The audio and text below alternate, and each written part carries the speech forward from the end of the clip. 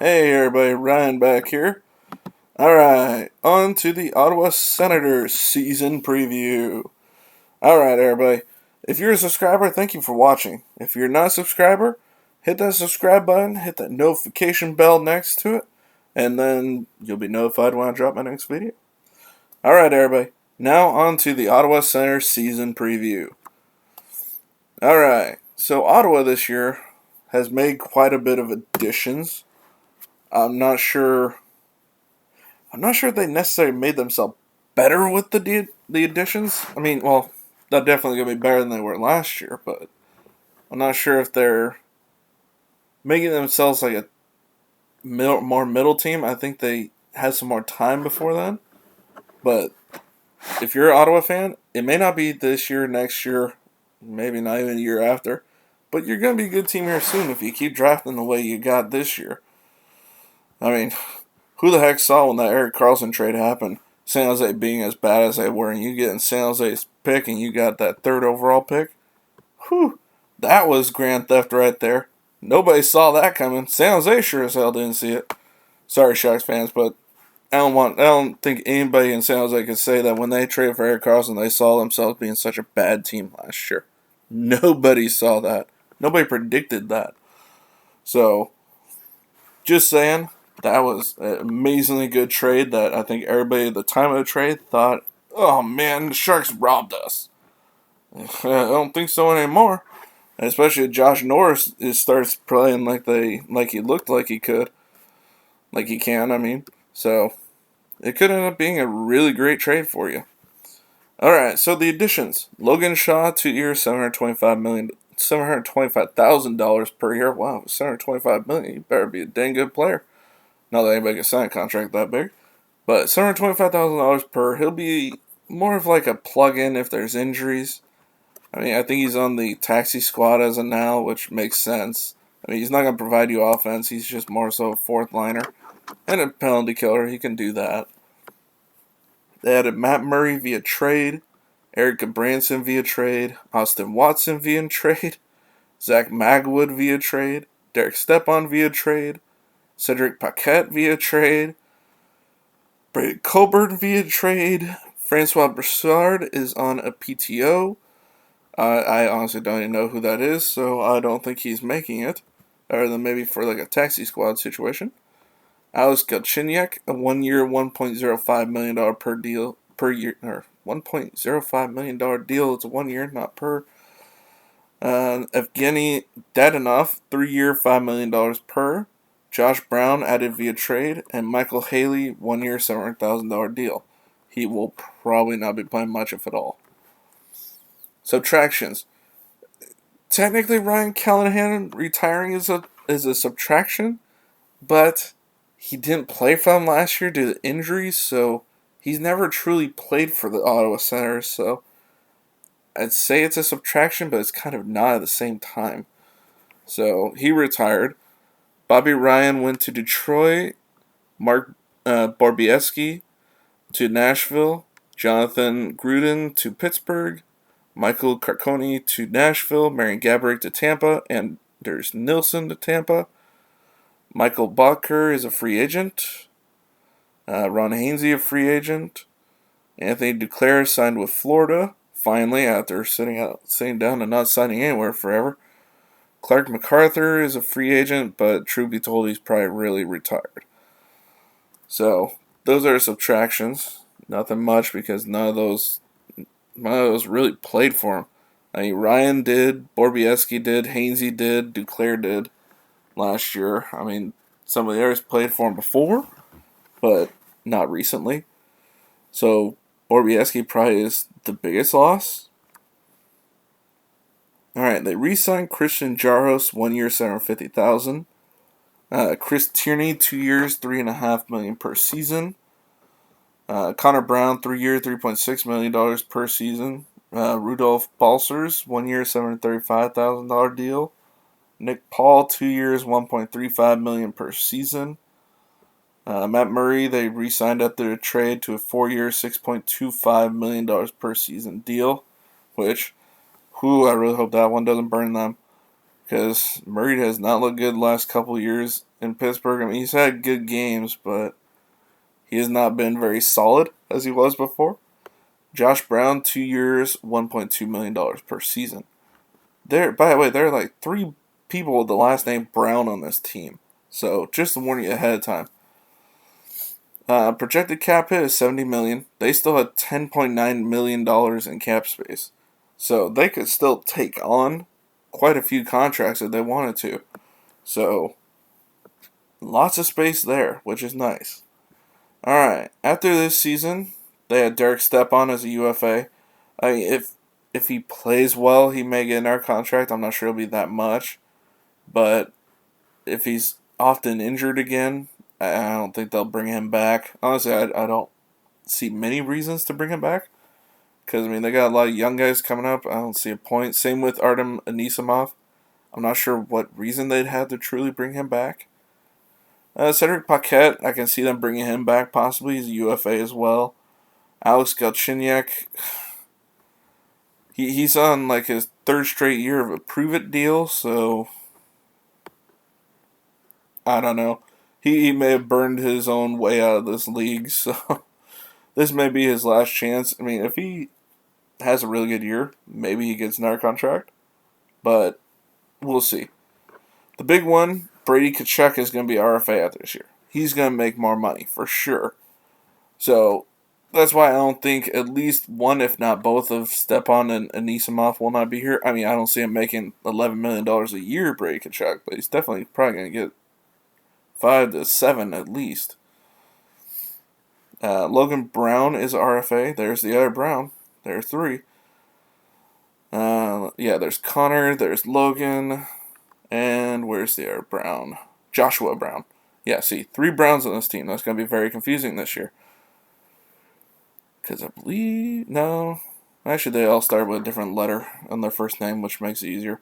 Alright, then you have Drake Batherson, who is RFA out there this year too. Sorry. Alright, defensively, Eric Gabranson, UFA. I really don't think they're going to bring him back. I mean, they got really good young guys. I don't see a reason keeping him. Coburn definitely is not going to come back. Gabranson maybe. I mean, he still provides defense, like solid stay-at-home defense, and he's a physical guy. He had his best offensive year last year with Anaheim than he had in a few years. So maybe he's turned around. I mean, he's 28, so that means he's in his prime at this point. So we'll see. Mike Riley is a UFA out there this year. Christian Wolanin is RFA, and Marcus Hogberg is RFA for the goalies. Which, if I remember correctly, they had hoped that Hogberg would be a future starter for them. But now they got Murray, so we'll have to see. Alright, on the non-roster forward area, they have Joshua Norris, who is going to play some games this year. There's no way he doesn't. Alex Formenton possibly could, that's for sure. They got Michael Haley, who might plug in for a few games if things get out of hand in some of these back-to-backs. But that's about the only reason to play him. Alright, defensive-wise, they got Eric Brandstrom, who I'm sure will play some games this year. There's no way he doesn't. Good, solid young defender there. Didn't have the offense last year, but hopefully another year growing has helped him. And then, like I said, Francois Broussard on a professional tryout. I really don't see him making it as a goalie. They might sign him for the minors, but that's about it. Alright. Now that 2020 draft. This may be the biggest pain San Jose has, is trading away that first round pick as just a throw-in for the Erik Karlsson trade. They didn't think that first round pick would be this high in the first round. They probably thought maybe around that area as best as hopeful. But no, they were awful. So, third overall pick, they picked Tim Stützle, who looked amazing in the World Juniors. I mean, that German team had more guys than just him and Paterka. They would have been an amazingly good team. They just need to develop their teams more solidly at the same time. Like, look at the U.S. national team from last year's draft. They drafted like 3/4 of the team. in the first round. It was ridiculous how many Americans were taken last year in the first round. Speaking of Americans, Jake Sanderson, who has looked really good in the World Juniors, but is signed to play, or not signed, he is playing in the NCAA this year. So you got at least a year before him, but if he keeps developing like how he's looked, that's going to be a solid pick for number 5 overall. All right, number 28, they had 3 first-rounders as well. Ridley Gregg, a left winger. Probably needs a couple years before you might see him. Number 33, Toby, is it Jarventi or Yarventi? Is a left wing. Number 44, Tyler Clevin is a defender. 61, it's either Igor or Yegor Sokolov, a left winger. Number 71, Levy or Levi Merlinen, a goalie. Number 155, Eric Engstrand, a left wing or right wing. Number 158, Philip Doust, a left wing. Number 181, Cole Reinhardt, a left winger. All right, 2021 draft. They have, well, for the next 3 years, they have their own first, their own second, their own third. This year, they do not have their fourth, they do not have their fifth, but they have San Jose's second round pick, and they have their own sixth and seventh. And they had Tampa's second for next year, and then everything else they have is their own. So I'm not sure why they traded their fourth and fifth for this year, but they had no fourth round or fifth round, which I'm sure they have some guys they'll trade that'll get them at least those, if not more. Alright, so this is how their team looks. Now, I find it confusing as to why they have Stützle on the second line and Brassard on the first. Honestly, I just put Stützle out there, just put him on that first line center, say, you can do this. Put him out there, give him a chance. He falters for a couple games, knock him down, that's okay. Let those young guys develop that way. Put him out there in the fire, let him learn. And he looks like a dang solid player, so I don't see any reason why he couldn't survive at that point. So, but as of right now, it looks like they're going to have Brady Tkachuk, Derek Stepan, and Evgeny Dadonov. That's a solid line. I mean, Tkachuk's going to play well. He's probably going to do more point-wise this year than he did last year because he's going to have more support characters. Second line, you got Tim Stützle and Chris Tierney and Connor Brown, and it looks like Tierney is injured at the present moment. I believe it's just day-to-day. Third line, you got Nicholas Paul, Colin White, and Austin Watson. Why would Watson be on that line? I don't know. I'd play him on the fourth, personally, and let him play that penalty kill that he seems to succeed at. I'd put Galchenyuk there. I think he might be better off there than on the fourth line with Anisimov and Batherson. First pair, you got Thomas Chabot and Eric Gudbranson. Why would you put Gudbranson there? Oh, Gudbranson does better in the bottom pairings. Let's be honest. He's not developed that. What was he, like second or fourth overall, something like that? He has not developed into that good of a defender. He's still a solid defender. I mean, considering 9 points is close, if not tied with his career high. At least it was with goals. I guess he'd be good with Chabot then, because Chabot can do the offense. That's easy enough for him. Second pair, you got Mike Riley and Nikita Zaitsev. Third pair, you got Eric Brandstrom and Joshua Brown. And I think Brandstrom might be... he might be better served on a second pair with somebody. Let's see. Goalie-wise, you got Matt Murray and Marcus Hogberg. Hogberg played last year 5-8. Numbers weren't great, but they were better than Matt Murray's, who was on a good team. No offense to Ottawa, but you were not a good team last year, let's be honest. Neither was the Ducks, San Jose, LA. None of those teams were good last year. New Jersey wasn't either. Alright, Matt Murray, though, was 20-11, even though he had a .899 save percentage and a 2.87 goals against average. Scratch-wise, they have Logan Brown, Cedric Paquette, which I can see Paquette playing instead of Batherson, honestly. I don't know. Well, actually, no, he's a left wing. And then Braden Coburn. And Coburn will just be a backup in the event of injury. All right, taxi squad, you got Joshua Norris. He could definitely be playing this year at times. Chalapic, he could play. Logan Shaw could plug in. Looks like Christian Jaros and Christian Woolinen have played last year. All right, Michael Haley could plug in even. Matthew Pekka, I believe, played some games last year. Yeah, J.C. Baudouin did. Rudolph Balsers did. Jonathan Davidson did. Vitaly Abramov, but Abramov and Davidson are injured, it looks like. Looks like Maxime Loyoy? I'm not sure how to say that. It's a French name. I'm sorry ahead of time. I'm not good with those.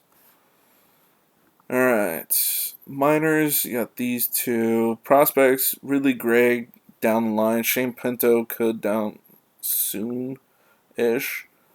Probably not this year, but soon. That guy has an awesome name. Angus Crookshank. That's a fun name. I hope he makes it just because that'd be fun to say, Crookshank with a goal! Jake Sanderson down the line. He's in college, so he's definitely not this year. Mads Sogard, he could be a goalie for the future. Not now. Let's see. Alright, so top prospects. You got Tim Stützle, 34 points in 41 DEL games. That's the German league. Eric Brandstrom, 4 points in 31 NHL games and 23 points in 27 AHL games. Now, I'm sure they want him to play at the 23-point level in the AHL, 27 AHL games, than the 4 points in 31 games he played in the NHL last year. But I think with some seasoning, he could get to that point. Josh Norris, a forward, 0 points in 3 NHL games and 61 points in 56 AHL games.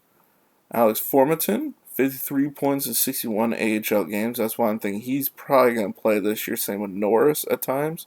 Stützle will be, and Brandstrom probably will be. Jake Sanderson, 29 points in 47 NTDP games. Then other top prospects, you got Shane Pinto, Kevin Mandolese, Logan Brown, and Drake Batherson. Season outlook, even though they added guys to improve the team this year and help develop these young guys, I still see them as a bottom range team. They have some more growing to do, some of those young guys. Which I'm sure as Ottawa fans, you don't want to hear that, but it's the reality. I mean, it's like me with my team, the Ducks. I want them to be good this year, I really do. But in reality, are they going to be? No. They're just not going to be. They have to develop. I mean, they have a lot of good young kids, too, so they need to develop. But, I mean, you guys, you're going to be good down the line. I'd say in another year or two, you start seeing that possibility of fighting for that playoff spot. And then probably in like 2 to 3 years, you're going to see that definitely a playoff spot. Every year for a few years, at least. So, I mean, you have a solid division that you're in the North Division with all the Canadian teams. All of them are good teams.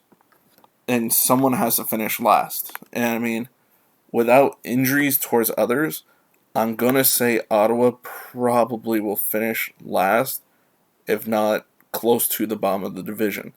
I don't see them being the top of this division. I mean, they'd have to have a hell of a year from everybody in order for that to happen. So, it may not be this year, but you will have that time coming very soon, Ottawa. Don't worry. It will be soon that you're going to be a top team. At least 3 years, and you'll probably be there. At least at that point. So, we'll see. I mean, you got lots of cap space. You can still add people if you want to. That's the nice thing. And Ottawa's a bigger market team, so they can afford to spend up to the cap. I mean, they're suffering financially. Every single team is. But their suffer is different from, say, like a Florida Panthers suffer. So, that's where we're at with Ottawa. I mean, they have a lot of potential. I mean, like I said, they could surprise people this year. They definitely could.